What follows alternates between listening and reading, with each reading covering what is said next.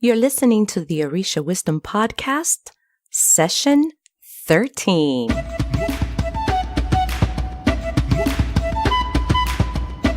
Welcome to the Orisha Wisdom Podcast, where positivity and spirituality create an enhanced life's journey with the wisdom of Ifa and Orisha.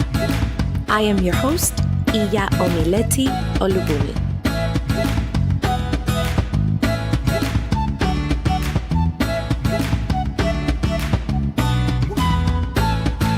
Welcome to the Orisha Wisdom Podcast, and thank you so much for listening, for your time, for hanging out with me. So grab a cup of coffee, grab a tea, some munchies, and let's spend some time together. Today's topic is leave the mixing to the kitchen, not your spiritual readings. You might be like, what is going on here? Okay, let me explain. What does a spiritual reading bring to you? Peace? It's a good one. Freedom? Self-worth? Purpose? What about clarity? And there's a ton of other great adjectives and feelings and effects and outcomes that can come from a spiritual reading. So we didn't cover it above for obvious reasons. We would be here for days. But why is this important? And why do any of those questions have to do with the topic? You know that I like lists. So I am going to give you 5 reasons why not to attend a mixed reading. You're like, well, what does that mean? What is a mixed reading? All right, so we'll go straight into number 1. Bringing different systems into one reading is not honoring any one single system. So if you go to a person and you're going to get a tarot reading with the Meridilogun, those are the 16 shells for Orisha, or a Meridilogun reading with astrology. I love this one. I actually heard about this one and I didn't know how it worked. Ifa reading with a pendulum reading. I've also heard of Orisha readings with the runes. That's a pagan divination system with symbols. This one has happened many times. A Meridilogun reading with a palo. I still haven't seen how that happened, but it happened combined and together. And there are many others. Let's see, it could be Meridilogun or Ifa with, a chalice and just another system. So if you're bringing 2 systems together, it's not honoring either one of those systems. They're not with the same deities. It's not the same pattern. It's just not even the same tradition, faith, or even religion. And yes, I'm even talking about Palo Mayombe because Palo Mayombe comes from the Congo region, which is not from where Orisha traditions come from. So a reading that combines both of those, it's a little tricky and not in a good way. So number 2, readings in different traditions may deal with different entities and can bring confusion. Let's go into the Meridilogun and Palo. Again, Palo comes from the Congo region. Orisha comes from Nigeria. Let's just name the country Nigeria. An Orisha is not the same thing as an Mpungo, or it's not even the same words. They're not read the same way. They don't have oduns the way that an Orisha would. So they may use shells, but it's 2 different systems, completely different deities. And that's confusing. Even if it's something similar, the ebo and everything else is going to be completely different. Oh, that brings us to number 3. The ebo portion The sacrifice portion, ebo, is the Yoruba word for sacrifice. The ebo portion, the prescribed ebo, may bring conflict. Why is that? Let's say that you're looking for a job and you go to a priest and they say, oh, you need to do something with Obatala and with Eshu. And you're like, okay, this sounds great. Let's get going. And then you get another message from another deity in another system you also have to do, and it conflicts with the above. Each Orisha has certain taboos. And each system, each deity will have its own taboos. Let's talk about a system that doesn't have deities. Now let's go to the pendulum part. Let's say that we're going to go back to this part of the Obatala and Eshu portion, right? And we're going to go to get a job and the abo, and then you bring in a pendulum. That's funny. Who's controlling that pendulum? Do you have absolute proof that it is Eshu, Obatala, and Egun maybe? Who's Egun? Is it yours? Is it the priest's? Is it just random Egun that was passing by and said, ooh, they're doing something fun. Let me see if they can hear me. And they start shifting that. There is no proof.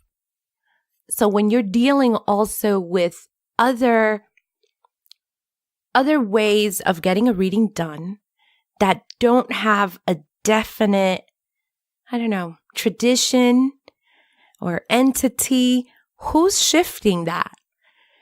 The reason why I really, truly, truly love systems that have a match with their deities, for example, Lukumi, Yoruba, traditionally Sheshe, Balomajombe, Vudan, Candomblé, and even some of the pagans, Hinduism, there's other systems that I really like. It's because when you are conducting, or when they are conducting divination, it is linked to a particular entity. It's not left to the wind or whatever spirit is flying by.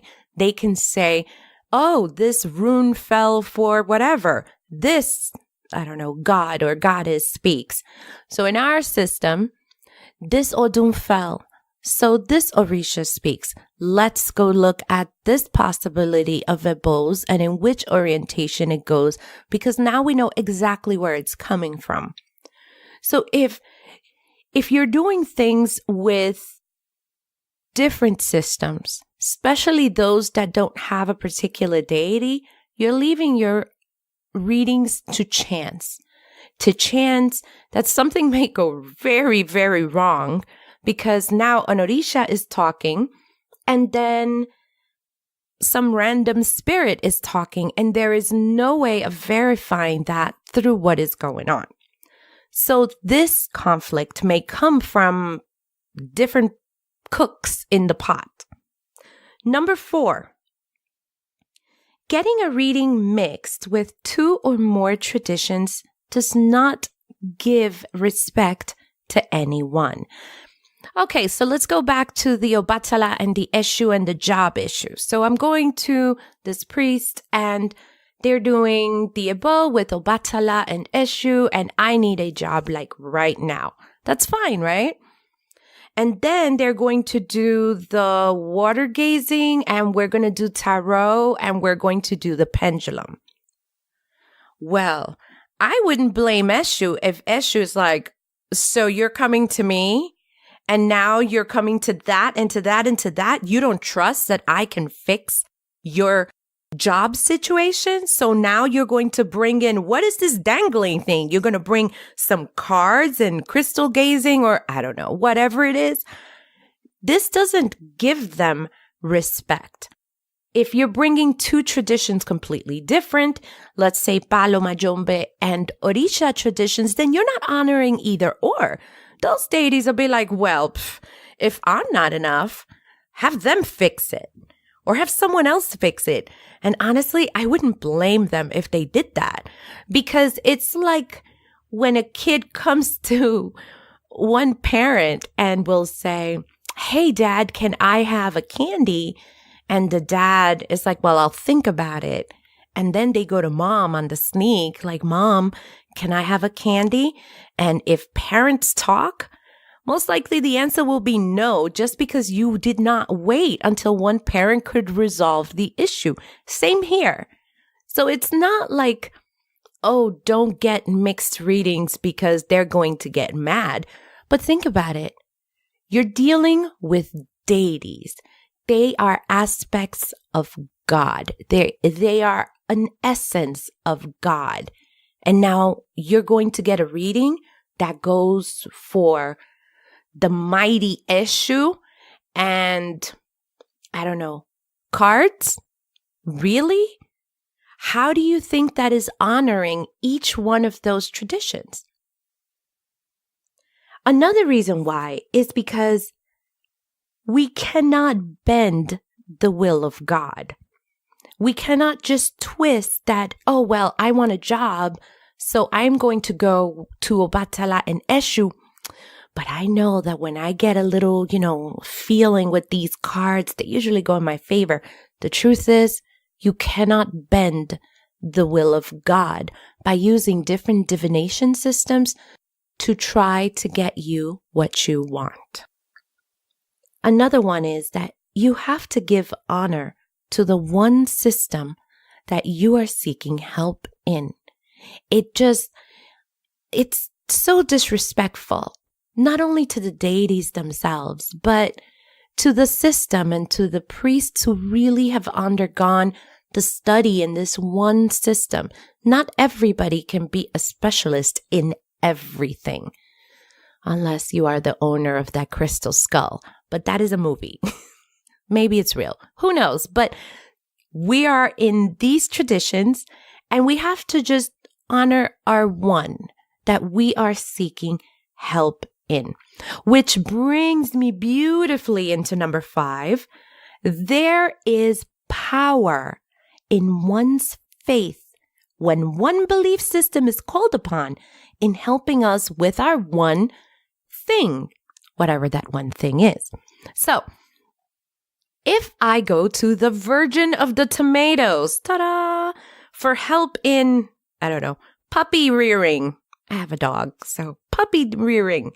And I get a reading with the Virgin of the Tomatoes, and I listen to the advice given under her system of the tomatoes, it will give me the strength to work on my puppy rearing, raise my faith in the Virgin of the Tomatoes, and give me more meaning with my connection with her, with my faith with her, one focus.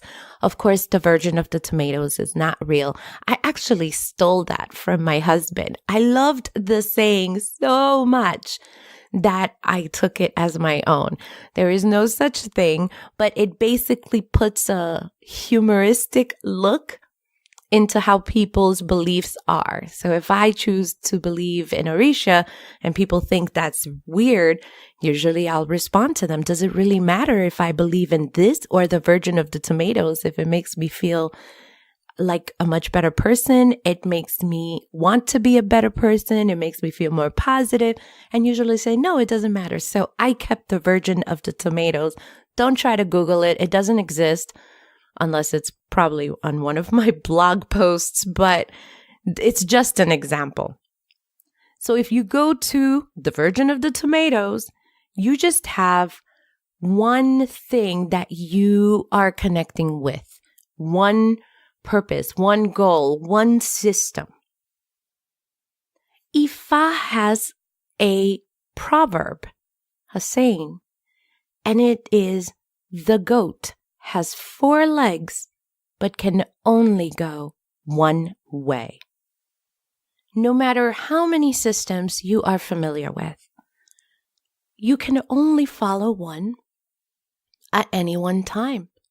No matter what, you can only do one ebo for one system at a time. You can only focus on one thing at a time. You could be a Wiccan priest of the order of the whatever. You can be a Palo priest. You can be a Voodoo priestess. You can be a Candomblé priestess.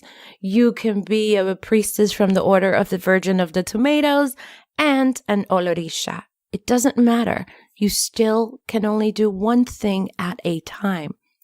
So when it comes to readings, it is best to honor one system at a time. And please, please do not try to prove me wrong by holding 2 chickens on top of 2 different vessels on 2 different systems. I'm sure somebody can prove me wrong on doing simultaneous ebos. It is not the purpose. The purpose is we as priests are working to provide the community with clarity, with purpose, and not confusion. This totally defeats the purpose. And the folks that are going to get readings, we are trying to get clarity and purpose. We do not need a mishmash of stuff trying to resolve one problem. So now what? What do you do if you go to a reading and you see Priestess so-and-so take out her shells and you get your Orisha reading, and then take out the chalice of the goddess so-and-so, or a tarot deck of cards, even if it is the tarot of the Orishas, which is not Yoruba, by the way. And that does not mean that you're getting an Orisha reading. It's just a tarot reading with different pictures on it. Or a pendulum. I'm still puzzled about that pendulum bit, but a pendulum. Or ask you 20 questions for your astrology reading to follow. Well, simple. You just tell her or him, no, thank you. I would just like to have my reading with Orisha or that other system that you would like. Maybe you like tarot reading, and that's okay. Maybe you like chalice of the whatever, okay. Maybe you just want a pendulum, an energy reading. What I'm saying is to keep each system locked in its own area to get the maximum results for that one thing. So how to prevent from even getting to that spot that you have to be like, no, Iya, I really do not want this. Let's just stick to Orisha. How do we even prevent that? I have 2 quick solutions for you. 1, when setting up an appointment with anyone, priestess, a spiritualist, a person who connects with the beyond, whoever, find out what kind of reading it will be. If you really like this priest, just tell him, listen, I just prefer one type of reading. I do not want a combination. It's a little too confusing for me. I just want this type of reading. Can you just do that? And if they try to sell you on the benefits, and I'm sure that the lists will be long, stick to your guns. And I'm going to tell you why in just a bit. But the second point of how to avoid even getting to the, that awkward, like, please, I just want one reading. When you arrive to your reading, before it starts, be sure to confirm what kind of reading you will be receiving. Just in case, a mild case of selective amnesia gets that priest or priestess or spiritualist, just to make sure, what kind of reading is this going to be? Oh, I'm going to do, these 3 together so that, no, I just want this one. I just wanted to make sure, okay, I just want this one. And usually people will honor that. Now, this is not to knock down any tradition or religion. Not at all. I know many priests that have initiations in different traditions. To be honest, the first babalawo that I worked with was initiated into another tradition completely different than Orisha. It's like night and day. However, when it was our turn to meet for a reading, he only read me with Ifa, not with a candle, not with tobacco, not with the gypsy lady cards. It was just Ifa. He was there as a babalawo to honor that tradition. So I don't knock that at all. There are folks whose journey takes them through many traditions, and this is great. If you have to walk on these different paths, then you can keep it all together and remember everything from every tradition. That's great. If you had to be a Catholic and then Muslim and then a monk and then an espiritista and now you're an Orisha, and then a palera too, somewhere in there. And then you had to wind up as a Ifa, Awo, Yanifa, Babalao, whatever. That is great. However, this doesn't give you the green light as any priest to mix them like sancocho. That's like a Latin stew. We call it sancocho. So this doesn't give you the right to create spiritual sancocho because you are well versed in all of these spiritual paths. This is a message to help folks avoid confusion and additional readings and additional ebos. So remember the question in the beginning, what does a spiritual reading mean to you? What does it bring? Remember peace, freedom, self-worth, self-esteem, purpose, and clarity, and the list goes on and on.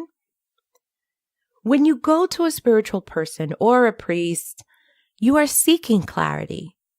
And although bundled packages may sound like a great deal, but the unseen portion, basically the not yet materialized troubles that may come along with it, just are not worth it. So this is really coming from a place of love. And honestly, you will already spend going to a reading, getting the money for that said reading, getting the items needed for whatever prescribed ebo, sacrifice, whatever it is that you need to do, which will mostly not be free either. So you may need to get, yams. It could be a chicken. It could be something. It could be food. It could be whatever. More time to get those items that are needed. Or, you know what? It could be time doing the said ebos, the different ones. So even if it's not something that is paid, it could be,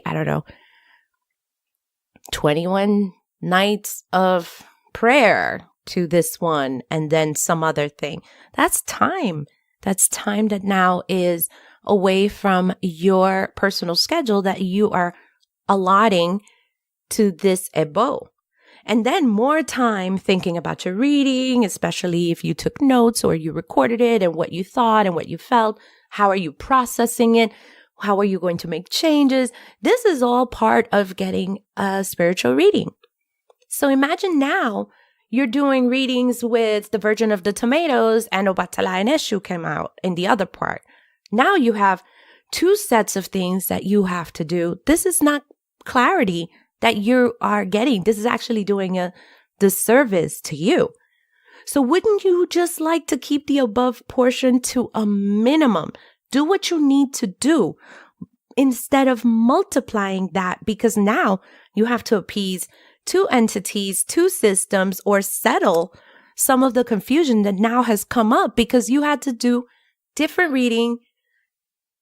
Well, one reading, but with different systems. I'm sure that this has worked for some folks. I'm sure I've heard that some of them have, but many of the stories that I've heard have not ended so well. Not every reading will go awry and crazy, but isn't it better to prevent than then having to repair? If just sticking to one system is going to bring you that one purpose that you need, isn't that worth it? Isn't that something that just entices you just to do it just one simple way? Just because it is done one way and just because it's one simple answer doesn't take away any of the meaning and the strength that is behind it. Do you know what I mean? So with that, let's keep the mixing to the kitchen and not our spiritual readings, Remember, so not worth it. So let's keep the mixing to the kitchen and not our spiritual readings.